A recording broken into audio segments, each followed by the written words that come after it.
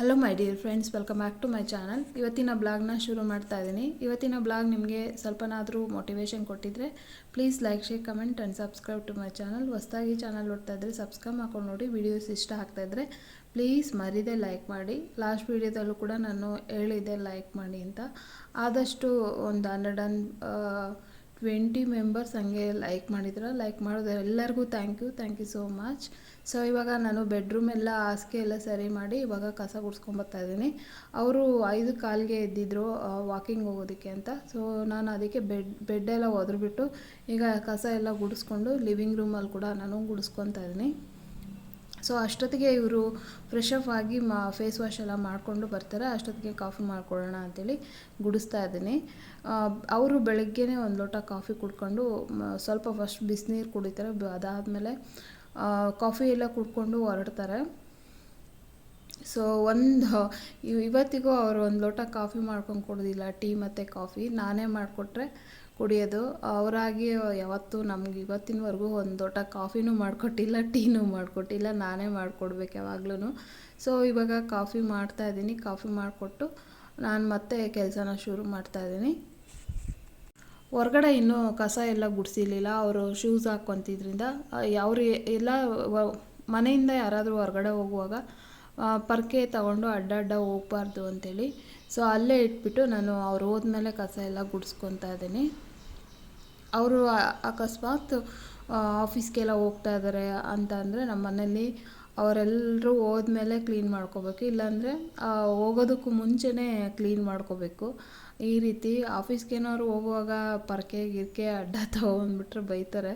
So ಅದು ಅದೇ ಎಲ್ಲಾದರೂ ಹೊರಗಡೆ ಹೋಗುವಾಗ ಮಾಡಬಾರ್ದಂತ ಹೇಳ್ತಾರೆ, ಕಸ ಎಲ್ಲ ಗುಡಿಸ್ಬಾರ್ದು ಅಂತ ಹೇಳ್ಬಿಟ್ಟು. ಸೊ ಹೋದ್ಮೇಲೆ ಬೇಕಾದ್ರೆ ಆರಾಮಾಗಿ ಕ್ಲೀನ್ ಮಾಡ್ಕೊಳ್ಳಿ ಅಂತ ಹೇಳ್ತಿರ್ತಾರೆ. ಸೊ ಹಾಗೆ ನಾನು ಕೂಡ ಆಫೀಸ್ ಮನೆ ಕ್ಲೀನ್ ಮಾಡೋದೇನಾದರೂ ಮಾಡಿಲ್ಲ ಅಂತಂದರೆ ಲೇಟಾಗಿ ಮಾಡಿದರೆ ಅಂತಂದರೆ ಎಲ್ಲರೂ ಆಫೀಸ್ಗೆ ಮತ್ತು ಕಾಲೇಜ್ ಸ್ಕೂಲ್ಗಳಿಗೆಲ್ಲ ಹೋದ್ಮೇಲೆ ಕ್ಲೀನ್ ಮಾಡಿಕೊಂಡ್ರೆ ಒಳ್ಳೆಯದು. ಇಲ್ಲಾಂದರೆ ಬೆಳಗ್ಗೆ ಬೇಗ ಎದ್ದು 6:30 ಒಳಗಡೆ ಎಲ್ಲ ಮುಗಿಸ್ಕೊಂಡ್ರೆ ಇನ್ನೂ ಒಳ್ಳೆಯದು.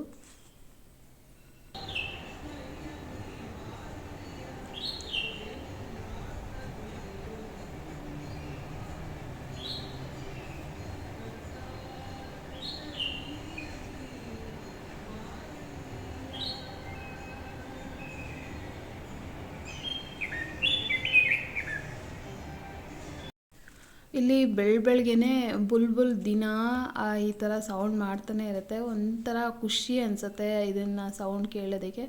ಮತ್ತು ಇವಾಗ ಇದು ಹೊಂಗೆ ಮರಗಳೆಲ್ಲ ಚಿಗುರುತ್ತಲ್ವ, ಒಂಥರ ಘಮ ಅಂತ ಅರೋಮ ಬರ್ತಾ ಇರುತ್ತೆ ಅದ್ರದ್ದು ಸ್ಮೆಲ್ಲು ಹೊಂಗೆ ಮರದ್ದು. ಜೊತೆಗೆ ಪಕ್ಷಿಗಳು ಕೂಡ ಎಷ್ಟು ಚೆನ್ನಾಗಿ ಕೂಗ್ತಾ ಇರುತ್ತಲ್ಲ, ಮೈಂಡ್ ಫ್ರೆಶ್ ಅನಿಸುತ್ತೆ ಬೆಳಗ್ಗೆನೇ ಎದ್ದೊಳೋದು. ನನಗೆ ಬೆಳಗ್ಗೆ ಎದ್ದ ತಕ್ಷಣ ಈ ಟೈಮ್ ತುಂಬಾ ಇಷ್ಟ ಆಗುತ್ತೆ. ಕೂತ್ಕೊಂಡು ಆರಾಮಾಗಿ ಒಂದು ಲೋಟ ಕಾಫಿ ಕುಡ್ಕೊಂಡು ಮೈಂಡು ಏನು ಪೀಸ್ಫುಲ್ಲಾಗಿರುತ್ತೆ. ಸೊ ಒಂಥರ ರಿಲೀಫ್ ಅನಿಸುತ್ತೆ. ನಂಗೆ ಬೆಳಗ್ಗೆ ಎದ್ದ ತಕ್ಷಣ ಆ ಟೈಮ್ ತುಂಬಾ ಇಷ್ಟ ಆಗುತ್ತೆ. ಸೊ ಇವಾಗ ಕಿಚನೆಲ್ಲ ಒರೆಸ್ಕೊಂಡೆ, ಅದಾದಮೇಲೆ ಲಿವಿಂಗ್ ರೂಮ್ ಕೂಡ ಒರೆಸ್ಕೊತಾ ಇದ್ದೀನಿ.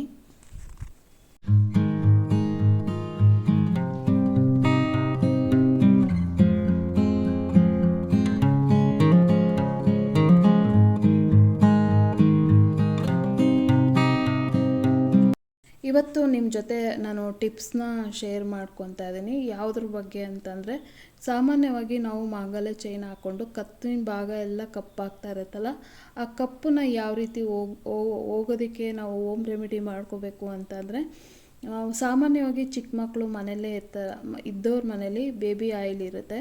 ಇಲ್ಲದೇ ಇರೋರು ಒಂದು ಪುಟಾಣಿ ತೊಗೊಬಂದು ಇಟ್ಕೊಳ್ಳಿ. ಆಮೇಲೆ ಅದೇನಾದರೂ ಹೋಗ್ತಾ ಇದ್ದರೆ ನಿಮಗೆ ವರ್ಕ್ ಆಯಿತು ಅಂದರೆ ಬೇಕಾದ್ರೆ ದೊಡ್ಡದನ್ನ ತೊಗೊಬಂದು ಇಟ್ಕೊಬೋದು. ಬೇಬಿ ಆಯಿಲ್ನ ಕುತ್ತಿಗೆ ಕೆಳಗಿಂದ ಮೇಲೆ ಕಿವಿವರೆಗೂ ಹಚ್ಕೊಂಡು ಚೆನ್ನಾಗಿ ಒಂದು 10 ನಿಮಿಷ ಚೆನ್ನಾಗಿ ಮಸಾಜ್ ಮಾಡ್ಕೋಬೇಕು. ಅದಾದಮೇಲೆ ಕಡಲೆ ಹಿಟ್ಟಿಂದ ಚೆನ್ನಾಗಿ ತಿಕ್ಕಿ ತೊಳಿಬೇಕು. ಪ್ರತಿದಿನ ಈ ಥರ ಮಾಡ್ತಾ ಬಂದರೆ ಕತ್ತಿನ ಭಾಗ ಅದೇನು ಕಪ್ಪಾಗಿರುತ್ತಲ್ಲ ಅದು ವೈಟ್ ಆಗ್ತಾ ಬರುತ್ತೆ. ನೆಕ್ಸ್ಟ್ ರೆಮಿಡಿ ಏನು ಅಂತಂದರೆ, ಪ್ರತಿದಿನ ರಾತ್ರಿ ಮಲಗೋಕ್ಕೂ ಮುಂಚೆ ಸ್ವಲ್ಪ ಹರಳೆಣ್ಣೆ ಇತ್ತು ಅಂತಂದರೆ ಹರಳೆಣ್ಣೆನ ಕತ್ತಿನ ಭಾಗ ಮತ್ತು ಫೇಸ್ಗೆ ಇದನ್ನು ಹಚ್ಕೊಂಡು ಮಸಾಜ್ ಮಾಡಿಕೊಂಡು ಬೆಳಗ್ಗೆ ಎದ್ದು ಫೇಸ್ ವಾಶ್ ಮಾಡ್ಕೊಳ್ಳೋದ್ರಿಂದ ಫೇಸ್ ತುಂಬಾ ಗ್ಲೋ ಇರುತ್ತೆ. ಸೊ ಇದು ಕೂಡ ಖಂಡಿತ ಚೆನ್ನಾಗಿ ವರ್ಕ್ ಆಗುತ್ತೆ, ನೀವು ಟ್ರೈ ಮಾಡಿ. ಶ್ರೀಗಂಧದ ಪೌಡ್ರು ಕೂಡ ತುಂಬಾ ಒಳ್ಳೆಯದು. ಶ್ರೀಗಂಧ ಎಲ್ಲರಿಗೂ ಅವೈಲೇಬಲ್ ಇರಲ್ಲ, ಸ್ವಲ್ಪ ಕಾಸ್ಟ್ಲಿ ಇರೋದ್ರಿಂದ ಎಲ್ಲರೂ ತೊಗೊಳಕ್ಕಾಗಲ್ಲ. ಹಾಗಾಗಿ ಪುದೀನ ಸೊಪ್ಪನ್ನ ಎಲ್ಲರೂ ಮನೇಲಿ ಇದ್ದೇ ಇರುತ್ತೆ, ಇಲ್ಲ ಪಾಟಲ್ಲಿರುತ್ತೆ, ಇಲ್ಲಾಂದರೆ ಅಂಗಡಿಯಲ್ಲಿ ತುಂಬ ಕಡಿಮೆ ರೇಟ್ಗೆ ತಂದು ನಾವು ಈ ರೆಮಿಡಿನ ಮಾಡ್ಕೊಬೋದು. ಸೊ ಇವಾಗ ಪುದೀನ ಸೊಪ್ಪನ್ನ ತಂದು ಪುದೀನ ಎಲೆ ಎಲ್ಲ ಬಿಡಿಸಿ ಅದರ ರಸ ತೆಗೆದು ಅದಕ್ಕೆ ಸ್ವಲ್ಪ ಅರಿಶಿನ ಪುಡಿ ಮತ್ತು ನಿಂಬೆ ರಸ ಮತ್ತು ಸ್ವಲ್ಪ ಜೇನುತುಪ್ಪ ಬೆರೆಸಿ ಕತ್ತಿನ ಭಾಗಕ್ಕೆ ಪ್ರತಿದಿನ ಅದನ್ನು ಹಚ್ಕೊಂಡು ಸ್ವಲ್ಪ ಮಸಾಜ್ ಮಾಡಿಕೊಂಡು ಒಂದು 10-15 ನಿಮಿಷ ಬಿಟ್ಟು ಆಮೇಲೆ ಅದನ್ನು ತೊಳೆಯೋದ್ರಿಂದ ಕಪ್ಪು ಕಲೆಗಳೆಲ್ಲ ಹೋಗುತ್ತೆ. ಸೊ ಇದನ್ನು ಕೂಡ ಫಾಲೋ ಮಾಡಿ. ನಾನು ಮನೆಯೆಲ್ಲ ಮನೆ ಒರೆಸೋಷ್ಟೊತ್ತಿಗೆ 6 ಗಂಟೆ ಬೆಳಗಾಯಿತು, 6:30 ಆಯಿತು. ಸ್ವಲ್ಪ ಹೊತ್ತು ಹಾಗೆ ಕೂತ್ಕೊಂಡು ಕಾಫಿ ಎಲ್ಲ ಕುಡಿದು ಮತ್ತು ನಾನು ಇವಾಗ ಬ್ರೇಕ್ಫಾಸ್ಟ್ನ ರೆಡಿ ಮಾಡ್ತಾಯಿದ್ದೀನಿ. ಬೇಗ ಮನೆ ಒರೆಸ್ಕೊಂಡ್ರೆ ಬೇಗ ಕೆಲಸಗಳು ಕೂಡ ಆಗುತ್ತೆ. ಮಕ್ಕಳು ಏನಾದ್ರು ಸ್ಕೂಲ್ ಕಾಲೇಜ್ಗೆ ಏನಾದ್ರು ಹೋಗ್ತಾರೆ ಅಂತಂದರೆ ಅವರು ಹೋದ್ಮೇಲೆ ನಾನು ಸ್ಟಾರ್ಟ್ ಮಾಡ್ತೀನಿ, ಇಲ್ಲ ಹೋಗೋದಕ್ಕೂ ಮುಂಚೆ ಮನೆ ಒಂದು ಒರೆಸ್ಕೊಂಡ್ಬಿಡ್ತೀನಿ. ಸೊ ಒರೆಸ್ಕೊಂಡ್ರೆ ಆಮೇಲೆ ನಮಗೆ ಅವ್ರು ಹೋದ್ಮೇಲೆ ಸ್ನಾನ ಮಾಡಿ ಪೂಜೆ ಮಾಡಿ ಬೇಗ ಕೂಡ ಅಡುಗೆ ಮಾಡ್ಬೋದು. ಸೊ ಒಂದೊಂದು ಸಲ ಈ ಥರ ಮಾಡ್ತೀನಿ, ಒಂದೊಂದು ಸಲ ಅವರೆಲ್ಲ ಹೋದ್ಮೇಲೆ ಕ್ಲೀನ್ ಮಾಡಿಕೊಂಡು ಪೂಜೆ ಮಾಡೋಷ್ಟೊತ್ತಿಗೆ ಮಧ್ಯಾಹ್ನ ಹೋಗ್ಬಿಡುತ್ತೆ. ಹಾಗಾಗಿ ಒಂದು 5:30ಗೆ ಎದ್ವಿ ಅಂತಂದರೆ ಮನೆ ಒಂದು ಒರೆಸ್ಕೊಂಡ್ಬಿಡ್ಬೋದು. ಒಂದು 6:30ಗೆ ಎಲ್ಲ ಮನೆ ಒರೆಸ್ಕೊಂಡು 6:30ಇಂದ ಬ್ರೇಕ್ಫಾಸ್ಟ್ ರೆಡಿ ಮಾಡೋಕ್ಕೆ ಸ್ಟಾರ್ಟ್ ಮಾಡಿದ್ರು ಕೂಡ 7:30ಗೆ ನಾವು ಮಕ್ಕಳು ಸ್ಕೂಲ್ಗೆ ಹೋಗೋಷ್ಟೊತ್ತಿಗೆ 7:30ಗೆ ಎಲ್ಲ ಮನೆಯೆಲ್ಲ ಒರೆಸಿ ಬ್ರೇಕ್ಫಾಸ್ಟ್ ಕೂಡ ರೆಡಿ ಮಾಡ್ಬೋದು. ಇಲ್ಲಿ ನಾನು ಇವತ್ತು ಇಡ್ಲಿ ಮಾಡ್ತಾಯಿದ್ದೀನಿ. ಸೊ ತಟ್ಟೆ ಇಡ್ಲಿ ಮಾಡೋಣ ಅಂಥೇಳಿ ತಟ್ಟೆ ಇಡ್ಲಿ ಮಾಡ್ತಾಯಿದ್ದೀನಿ. ಸೊ ಇಡ್ಲಿ ಮಾಡೋದಕ್ಕೂ ಮುಂಚೆ ಸ್ವಲ್ಪ ತಟ್ಟೆಗೆ ಎಣ್ಣೆ ಹಚ್ಕೊಂಡ್ರೆ ಇಡ್ಲಿ ಬೇಗ ಎದ್ದಾಳುತ್ತೆ ಅಂಥೇಳಿ ಇಡ್ಲಿ ಹಿಟ್ಟನ್ನ ಇವಾಗ ತಟ್ಟೆಗೆ ಹಾಕ್ಕೊತಾ ಇದ್ದೀನಿ. ಇವತ್ತು ನಾನು ಚಟ್ನಿ ಒಂದೇ ಮಾಡ್ತಾಯಿದ್ದೀನಿ, ಸಾಂಬಾರೆಲ್ಲ ಮಾಡೋಕ್ಕೋಗಲಿಲ್ಲ. ಸೊ ಸಾಂಬಾರು ಮಧ್ಯಾಹ್ನ ಎಷ್ಟು ಚೆನ್ನಾಗಿರುತ್ತೆ, ಆದರೆ ನನ್ನ ಮಗ ತಿಂದ್ಕೊಳ್ಳಲ್ಲ. ಅದಕ್ಕೋಸ್ಕರ ಇನ್ನು ಬೆಳಗ್ಗೆ ಒಂದು ಇಡ್ಲಿ ತಿನ್ನೋದಕ್ಕೆ ಸಾಂಬಾರು ಏನಕ್ಕೆ ಅಂತೇಳಿ ಇವತ್ತು ಸಾಂಬಾರು ಏನೂ ಮಾಡೋಕ್ಕೋಗಲಿಲ್ಲ. ಹಾಗೆ ವಡೆ ಕೂಡ ಏನೂ ಮಾಡೋಕ್ಕೋಗಿರಲಿಲ್ಲ, ಬರೀ ಚಟ್ನಿ ಒಂದು ಮಾಡ್ತಾಯಿದ್ದೀನಿ. ಸೊ ಇವಾಗ ತಟ್ಟೆ ಇಡ್ಲಿ ಪ್ಲೇಟ್ನ ಸ್ಟ್ಯಾಂಡ್ಗೆ ಇಟ್ಬಿಟ್ಟು ಇವಾಗ ಇಡ್ಲಿ ಮಾಡೋದಕ್ಕೆ ರೆಡಿ ಮಾಡ್ಕೊತಾ ಇದ್ದೀನಿ. ಇಲ್ಲಿ ನಾನು ಆಗಲೇ ಚಟ್ನಿಗೂ ಕೂಡ ಎಲ್ಲ ಹುರಿದಿಟ್ಕೊಂಡಿದ್ದೀನಿ. ಕಡಲೆಕಾಯಿ ಬೀಜ, ಹಸಿರು ಮೆಣಸಿನ್ಕಾಯಿ ಮತ್ತು ಹುರ್ಗಡ್ಲೆ ಇದೆಲ್ಲ ಹುರಿದಿಟ್ಕೊಂಡು ಸೊ ಇವಾಗ ಇಡ್ಲಿನ ಮಾಡ್ತಾಯಿದ್ದೀನಿ. ಈ ಕಡೆ ಇವನ್ನೆಲ್ಲ ಕಡಲೆ ಬೀಜದ್ದು ಸಿಪ್ಪೆ ಎಲ್ಲ ತಕ್ಕೊಂಡು ನಾನು ಚಟ್ನಿ ಮಾಡ್ಕೊಳ್ಳೋಷ್ಟೊತ್ತಿಗೆ ಇಡ್ಲಿ ಕೂಡ ಆಗುತ್ತೆ. ನೆಕ್ಸ್ಟು ಸ್ನಾನ ಎಲ್ಲ ಮುಗಿಸ್ಕೊಂಡು ಇವಾಗ ದೇವ್ರ ಪೂಜೆ ಮಾಡೋದಕ್ಕೆ ಹೂವು ಕೂಡ ಕಿತ್ಕೊಂಬರ್ತಾಯಿದ್ದೀನಿ. ಒಂದು ಸ್ವಲ್ಪ ಹೊತ್ತು ಅಮ್ಮ ಫೋನ್ ಮಾಡಿದ್ರಿಂದ ಸ್ವಲ್ಪ ಲೇಟ್ ಆಗಿಬಿಡ್ತು. ಒಂದು 1/2 hour ಅವ್ರ ಹತ್ರ ಮಾತಾಡ್ಕೊಂಡು ಕೂತ್ಕೊಂಡಿದ್ರಿಂದ ಒಂದು 10-10:30 ಆಗಿತ್ತು ನಾನು ಹೂವು ಬಂದಾಗ. ಆಲ್ರೆಡಿ ಕಾಲಿಡೋಕ್ಕಾಗ್ತಾಯಿಲ್ಲ, ಅಷ್ಟು ಬಿಸಿಲಿದೆ ಈ ವರ್ಷ ಅಂತೂ. ಅದೆಷ್ಟು ಬಿಸಿಲಿದೆ ಅಲ್ವಾ. ಸೊ ಎಲ್ಲ ಕಡೆನೂ ತುಂಬಾ ಬಿಸಿಲು ಈ ವರ್ಷ. ಅದರಲ್ಲೂ ಸ್ವಲ್ಪ ಬೆಂಗಳೂರು ಪರವಾಗಿಲ್ಲ ಅಂತ ಅನಿಸುತ್ತೆ. ಊರುಗಳ ಕಡೆ ಅಂತೂ ಹೇಳಂಗೆ ಇಲ್ಲ, ಅಷ್ಟು ಬಿಸಿಲಿರುತ್ತೆ. ಸೊ ಬೆಂಗಳೂರಲ್ಲಿ ಪರವಾಗಿಲ್ಲ, ಆರಾಮಾಗಿ ನಾವು ಇರ್ಬೋದು ಬೇರೆ ಕಡೆ ಕಂಪೇರ್ ಮಾಡಿದ್ರೆ. ಸೊ ಇವಾಗ ದಾಸವಾಳ ಹೂವು ಕೂಡ ಎಲ್ಲ ಚೆನ್ನಾಗಿ ಬರ್ತಾಯಿದೆ. ಈಗ ಇಲ್ಲಿ ದಾಸವಾಳ ಹೂವು ಎಲ್ಲ ಕಿತ್ಕೊಂಡು ಅದಾದಮೇಲೆ ಕಣಗಿಲೆ ಹೂವು ಕೂಡ ಕಿತ್ಕೊತಾ ಇದ್ದೀನಿ. ಒಬ್ಬರು ಕಣಗಿಲೆ ಹೂವು ಯಾವ ರೀತಿ ನೀವು ಕಟ್ತೀರಾಕ ವಿಡಿಯೋ ಮಾಡಿ ಅಂತೇಳಿ ಕೇಳಿದರು.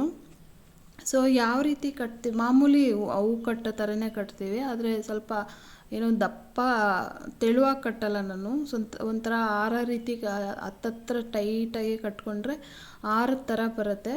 ಅದ್ರ ಮಧ್ಯೆ ತುಳಸಿ ಇಲ್ಲಾಂದರೆ ಇದು ಪನ್ನೀರ್ ಎಲೆ ಇರುತ್ತಲ್ಲ ಅದನ್ನ ಹಾಕಿ ಕಟ್ತೀನಿ ಅಷ್ಟೇ. ಅದ್ರದ್ದು ವೀಡಿಯೋ ಮಾಡಿ ಹೂವು ಕಟ್ಟೋದು ನೀವು ಹೆಂಗೆ ಕಟ್ತೀರಾ ಅಂತ ಅಂದ್ಬಿಟ್ಟು ಹೂವು ಯಾವ ರೀತಿ ಕಟ್ತೀವೋ ಅದೇ ರೀತಿ ಸ್ವಲ್ಪ ಟೈಟಾಗಿ ದಪ್ಪವಾಗಿ ಕಟ್ಕೊಂಡ್ರೆ ಆಯಿತು ಅಷ್ಟೇ.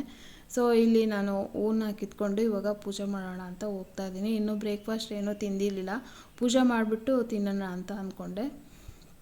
ಸೊ ಮಂಗಳವಾರ ನನ್ನ ಏನು ಸ್ಪೆಷಲ್ ಡೇ ಅಂತ ಹೇಳ್ಬೋದು, ಅಷ್ಟು ಇಷ್ಟ ನನಗೆ ಮಂಗಳವಾರ ಪೂಜೆ ಮಾಡೋದು. ಮತ್ತು ಶುಕ್ರವಾರನೂ ಅಷ್ಟೇ, ಮಂಗಳವಾರನೂ ಅಷ್ಟೇ. ಈಗ ನಾನು ಸಿಕ್ಕಾಪಟ್ಟೆ ರೋಸಾ ಹೂವು ಎಲ್ಲ ಜಾಸ್ತಿ ಇತ್ತು, ಅಂದರೆ ಫ್ರಿಜ್ಜಲ್ಲಿ ಕೂಡ ನಾನು ಮುಂಚೆನೇ ಕಿತ್ತಿಟ್ಟಿದ್ರು ಬಿಸಿಲಿಗೆಲ್ಲ ಬೆಳ್ಳಗಾಗುತ್ತೆ ಅಂತ.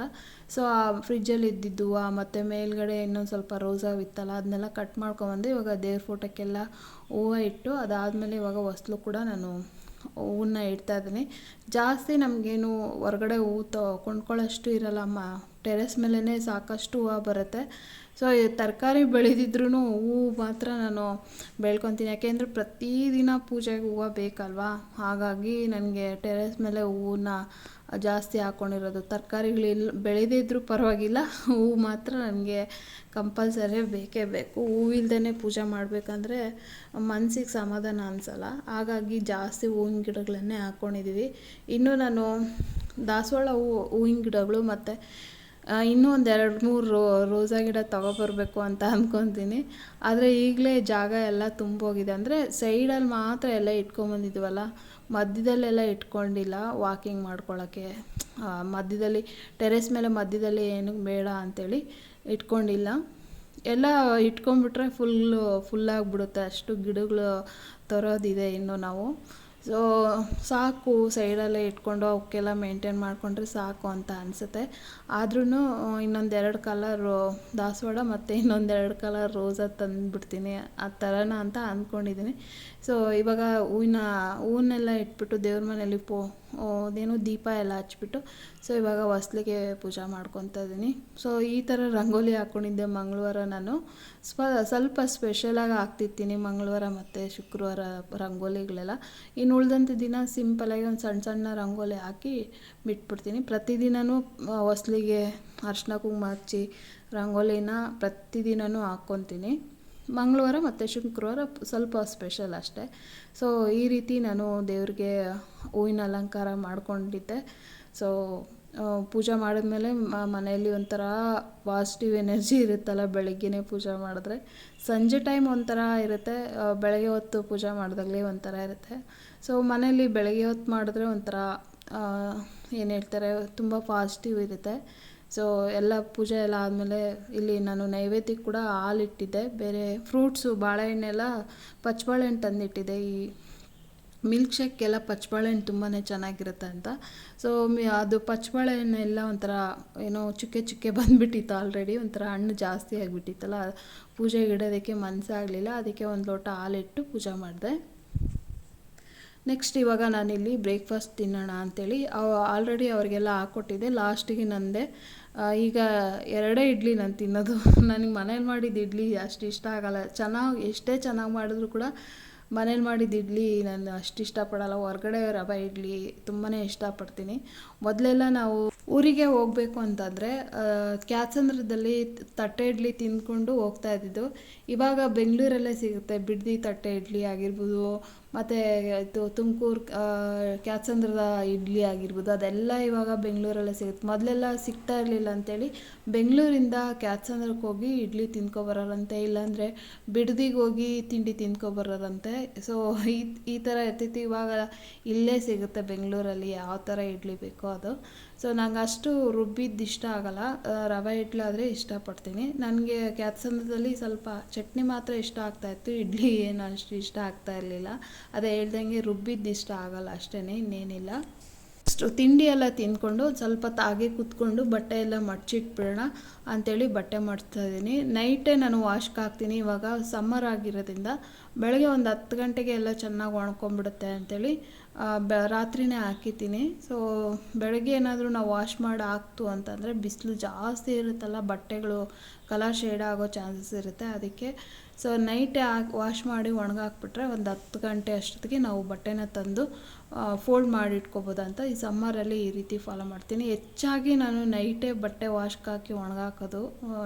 ಬೆಳಗ್ಗೆ ಟೈಮ್ ಸ್ವಲ್ಪ ಕಡಿಮೆನೇ ಅಂತ ಹೇಳ್ಬೋದು. ನೈಟ್ ಜಾಸ್ತಿ ಬಟ್ಟೆನ ವಾಶ್ ಮಾಡಿ ಒಣಗಾಕ್ತೀನಿ. ಬೆಳಗ್ಗೆ ಬೇಗ ಮಡಚಿ ಇಟ್ಕೊಂಡು ಆಮೇಲೆ ಕೆಲಸಗಳನ್ನ ಅಡುಗೆ ಮಾಡೋದಾದರೆ ಅಡುಗೆ ಮಾಡ್ಕೊತೀನಿ, ಇಲ್ಲ ಅಂತಂದರೆ ಇಲ್ಲ. ಸೊ ಇವತ್ತು ನಾನು ನುಗ್ಗೆ ಸೊಪ್ಪಿನ ಬಸ್ಸಾರು ಮತ್ತು ಅನ್ನ ಮಾಡೋಣ ಅಂಥೇಳಿ ಬಟ್ಟೆ ಎಲ್ಲ ಮಡಚಿಟ್ಕೊತಾ ಇದ್ದೀನಿ. ಸೊ ನುಗ್ಗೆ ಸೊಪ್ಪಿನ ಬಸ್ಸಾರು ಮುದ್ದೆ ಏನು ಮಾಡೋಕ್ಕೋಗಲಿಲ್ಲ, ಹಸ್ಬೆಂಡು ಇಲ್ದಿದ್ದರಿಂದ ಬರೀ ಅನ್ನ ಒಂದು ಮಾಡಿಕೊಂಡೆ ಅಷ್ಟೇ. ನಾನು ಇನ್ನೂ ನೆಕ್ಸ್ಟ್ ವೀಡಿಯೋ ಕಂಟಿನ್ಯೂ ಮಾಡಲಿಲ್ಲ, ಯಾಕೆಂದರೆ 5:30 to 11:30 ನನ್ನ ವೀಡಿಯೋ ಕೊಡಬೇಕು ಅಂಥೇಳಿ. ಸೊ ಅಲ್ಲಿಗೆ ನಾನು ಎಂಡ್ ಮಾಡಿದೆ. ಸೊ ಇವಾಗ ಬಟ್ಟೆ ಎಲ್ಲ ಮಡಚಿ ಕಬೋರ್ಡ್ಗಿಟ್ಟು ಅಡುಗೆನ ಶುರು ಮಾಡಿಕೊಂಡೆ. ಸೊ ಇದಾಗಿತ್ತು ಫ್ರೆಂಡ್ಸ್ ಇವತ್ತಿನ ಬ್ಲಾಗ್. ನಿಮಗೆ ಸ್ವಲ್ಪನಾದರೂ ಇಷ್ಟ ಆಗಿದ್ದರೆ please like, share, comment and subscribe to my channel. ಹೊಸದಾಗಿ ಚಾನಲ್ ನೋಡ್ತಾ ಇದ್ದರೆ ಸಬ್ಸ್ಕ್ರೈಬ್ ಮಾಡ್ಕೊಂಡು ನೋಡಿ. ವಿಡಿಯೋ ಇಷ್ಟ ಆಗ್ತಾಯಿದ್ರೆ ಪ್ಲೀಸ್ ಮರೀದೆ ಲೈಕ್ ಮಾಡಿ. ಹಾಗೆ ನೆಕ್ಸ್ಟು ವೀಡಿಯೋದಲ್ಲಿ ನನ್ನ YouTube friend cum sister Manju ಮನೆ ಗೃಹ ಪ್ರವೇಶಕ್ಕೆ ಹೋಗಿದ್ದ ವೀಡಿಯೋನ ಅಪ್ಲೋಡ್ ಮಾಡ್ತೀನಿ. Thank you for watching my video. Next ವೀಡಿಯೋದಲ್ಲಿ ಸಿಗೋಣ. ಅಲ್ಲಿವರೆಗೂ ಬಾಯ್.